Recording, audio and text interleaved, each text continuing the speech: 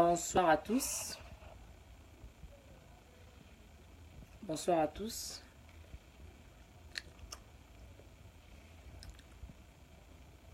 Mobilisation pour la journée de demain. Le peuple gagne toujours, comme Rossi Chimanga Mukendi, les héros de notre temps, aimaient les dire. Rossi Chimanga, héros national. Je suis sûre et certaine que Batu Bayambi, Tope Bayembi, Nzembo ya Bob Elvis Oyo, Yena Marshall Dixon, rendre hommage na Ebango, na Bob Elvis et na Rossi Chimanga, disons. Nzembo wana boyoka yango. Je voulais utiliser ma petite radio oyo, mais ils ont ça la thèse un problème à pile. Nalinga qui ensemble ndé tozo sa mobilisation na ça kaka na réseaux sociaux. Mais malheureusement radio on ba tekelenga ezambwa petite radio wana na yo kilango musique yango nde nazarata courant ezate nazo tia yango emsu na yo kanzembo ya ba Bob Elvis ya ba dégage na nzembo ya Rossi Chimanga ndenge ebimi eza ezopesa mawo ezolelisa bino mo boyokaki ndenge na lelaki Rossi Mukendi Chimanga na kati ya nzembo wana. Rossi alobaki ne mourrez pas de la malaria, du sida ou d'Ebola. Mourrez pour la liberté. C'est une mort réfléchie. Nzembo moko kitoko, boyoka yango, tokanisa Rossi. Rossi fotikala immortel. Rossi azali esprit. Tout ça là que esprit a Rossi etikala de génération en génération ndenge esprit ya Lumumba etikala. Donc voilà. iPhone nanga est comme un problème, donc image ça en sous clarté, ça m'énerve. Donc voilà. Comme je le disais, Rossi Chimanga est un esprit. Au-delà, ndenge batu bazoluka basalir ye, namoni mutu moko boa lokwa liboma, aobimisa ba fausse information sur Rossi, alors que biso oyebaki Rossi na makambo wana te o bazokosela ye wana. Na otanga kombo mutu wana te po na opese gaz. So na tangi kombo na yo ozomwa gaz, mais na mambo hôpital ya cinquantenaire etalinga te. Hôpital ya cinquantenaire ezika te, ça me concerne pas. Na minute o mam nanga eza Rossi Mukendi Chimanga. Muninga nanga il faut nga gloria senga na rendre yo hommage. Dans mur nanga eza ya Rossi Chimanga Mukendi. Na ko rendre yo hommage autant que je saurai, autant pendant aussi longtemps que na rozana bomoy, na ko rendre muninga nanga hommage. Basimbi activiste.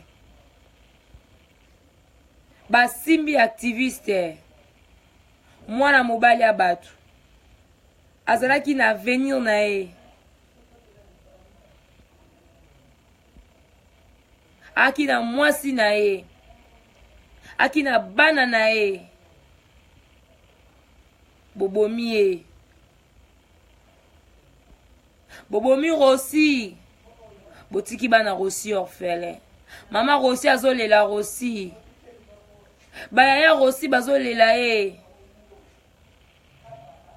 Ba camarade Rossi bazolela Rossi.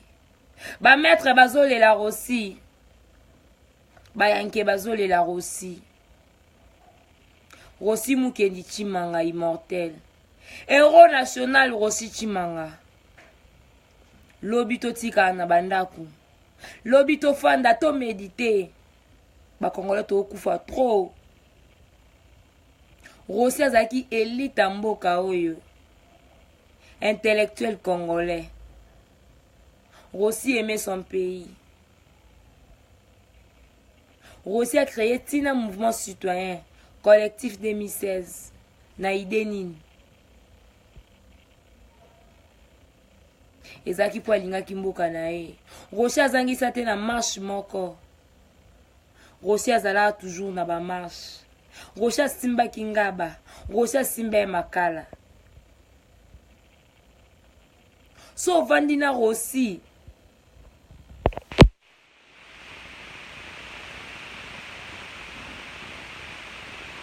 Oyoki Rossi ndo loba. Obi ezaka nini yango? Mambuka ya mboka.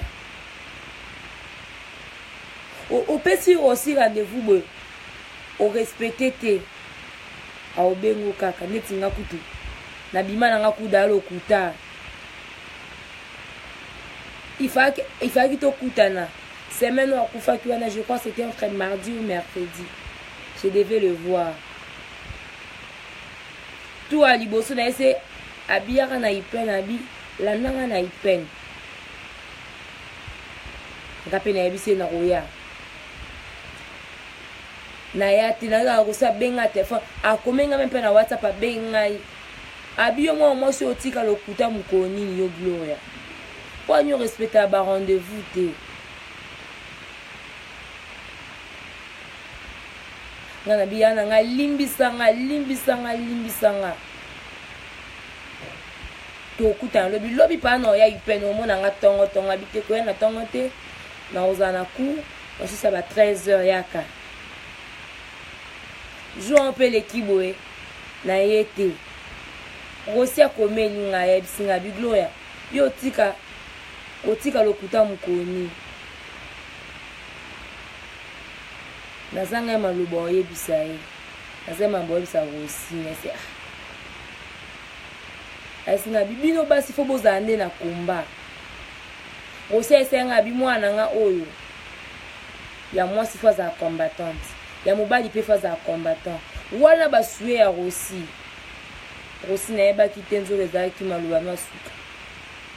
Nzoka ngonde zaki ba dernier souhait na Rossi nanga. Na ebete ya. Na ebete. Rossi esinga bi Gloria. Yo amutabe émotion. Yo mukoka bilo ki des photos za bo pembeni po même ça ba tungambo sa crise. Pour au sepela tellement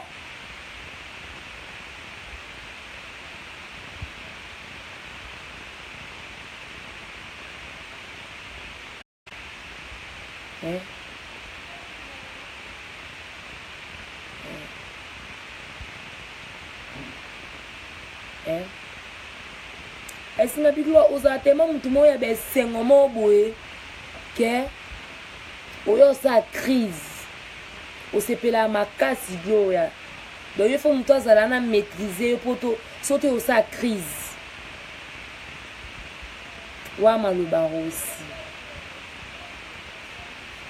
Rossi abi ezana liwa moko te ya malamu na mokili ke liwa o mutu akufi po akufeli cause akufi liwa na ye apesi yango don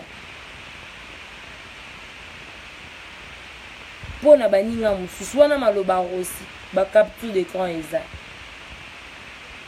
Rossi était un philosophe. Il aimait bien Mambutu ando me mona ba philosophie mo ba théorie mo boye. Et article na suka bande ko sala c'était sur le terrorisme.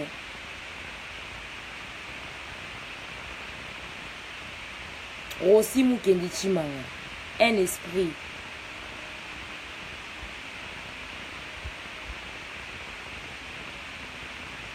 Rossi était un esprit. Rossi Chimanga. Chimanga Mukendi était un esprit.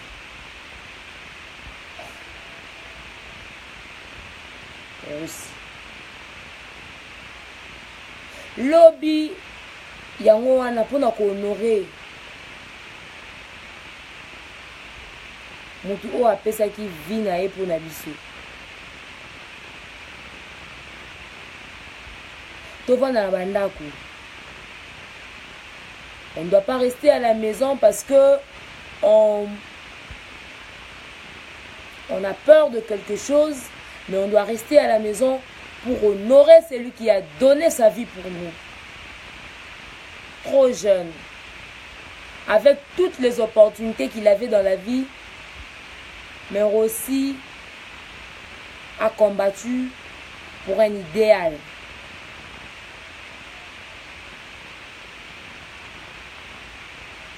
Rossi Mukendi Chimanga. Yo mama commerçant, nayebi ke bolanda ngai. Na moi mama mona quartier esinga bi mwana nga ba yakolakisa nga video na yo ozo mama mboka mwana nga courage. Et ça nga bien malgré ba crédit à passe na kin, il y a quand même des gens qui ont le temps de suivre mes vidéos à Kinshasa. Pe ba obeta masolo ya ba vidéo na nga na ba bus na banzela. Ça nga bien pour message ezo kende. C'est ça l'essentiel. Maman ma pa vanda na ndako. Babomi mwana na yo. Wewa vanda na ndako. Babomi ndeko na o Chimanga Mukendi Panangila. Continuons les combats de Rossi. Rossi a donné sa vie pour nous. Pour honorer Rossi. Honorons Rossi.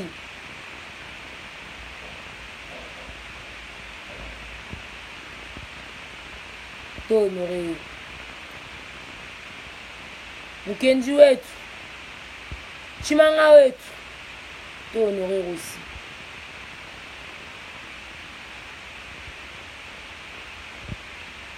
To vanda na bandako. To continuer combat aussi.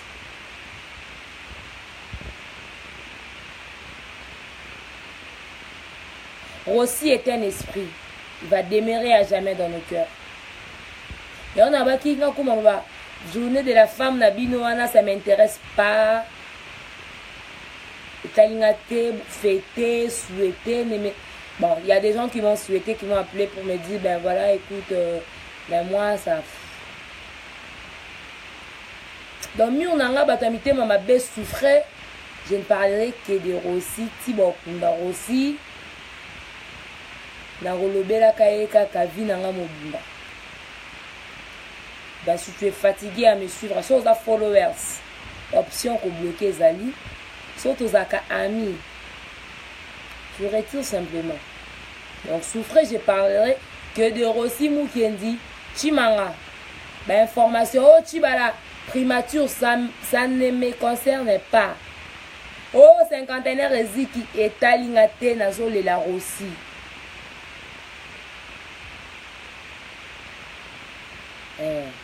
Faut qu'on s'entende sur ce point-là. Je n'ai aucune information à partager sur mon mur, à part les informations ayant trait avec les obsèques de Rossi Mukendi Chimanga. Banaki nyonso, oyo bokozwa temps ya kolanda video nanga oyo, pona ko honorer Rossi Mukendi Chimanga, na bandeko nyonso bakufaki le 21, tozala biso nyonso, lobi na bandaku ba fonctionnaire, maman na ngai fonctionnaire à l'État, avec un salaire de misère. Na kamwe, Rossi a pena makila makasi. Ma mère ne parle jamais politique. Ma maman. Elle ne parle jamais politique, mais elle s'est permis à Big Gloria. Il y a un t-shirt à Rossi. pe mukolo matanga Rossi ekobima koya ngabi mama yoka ma Chantal ka yo ya Chantal obangaka opekisa ngo bimwana na ngai tika politique. Ma mère a dit ayepe akoti makambo ya Chantal akoti mamba politique abi Gloria je porterai le t-shirt de Rossi na kokende nango musala mama nango abotinga abi ok musala na bango na t-shirt ya Rossi abi Gloria liwa mo mbalo ezopesa nga kanda ezopesa nga pasi. Ma mère à moi liwa ya Rossi est révolté batou maman abi lobby na ok musala te Gloria je reste chez moi à la maison liwa mo mbalo epesa nga pasi. Imaginez ma mère oa benga nga air nyonso Gloria oza wapi Gloria tu as mangé Gloria fais attention Gloria koke marche te ozo luka nini Gloria. Mais cette maman là aujourd'hui alobi yelanga t-shirt à Gloria et t-shirt à Rossi nakolata mukomatanga Rossi kobima Gloria nakozala nakolala na ibemba Rossi maman abotingai alingane ku politique te ba congolais te fana ndako ba kin na bengi bino na biki bozo moto olanda video na nga oyo ona sa po na bino po ba obalali bala muka lobi to vanda bandako ekufeli te autre vakana to du jour mais ce que ozo tata en kolia ngombe to quiz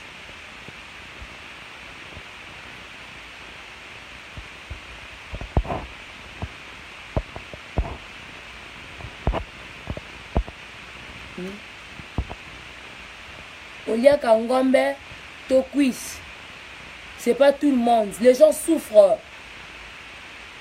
Au-delà que bon marabiso nzala ba komiti ko bon mabiso batuboé à balle réelle. Et ben c'est ce cas Songo qui vous dit n'osez pas citer Karine dans cette affaire. Mais la présomption d'innocence existe jusqu'à ce que la culpabilité à Moutou Bazoko accusé ou anezala établie. Mais entre-temps, la justice doit faire son travail. Si Karine est innocente, mais elle doit comparaître. John Numbi dans l'affaire Chébé a été cité. À Kendara Justice. Kimbuta dans l'affaire Botet, il a été cité. À Kendara Justice. Karine n'est pas intouchable. Qu'on se le dise. Karine n'est pas intouchable.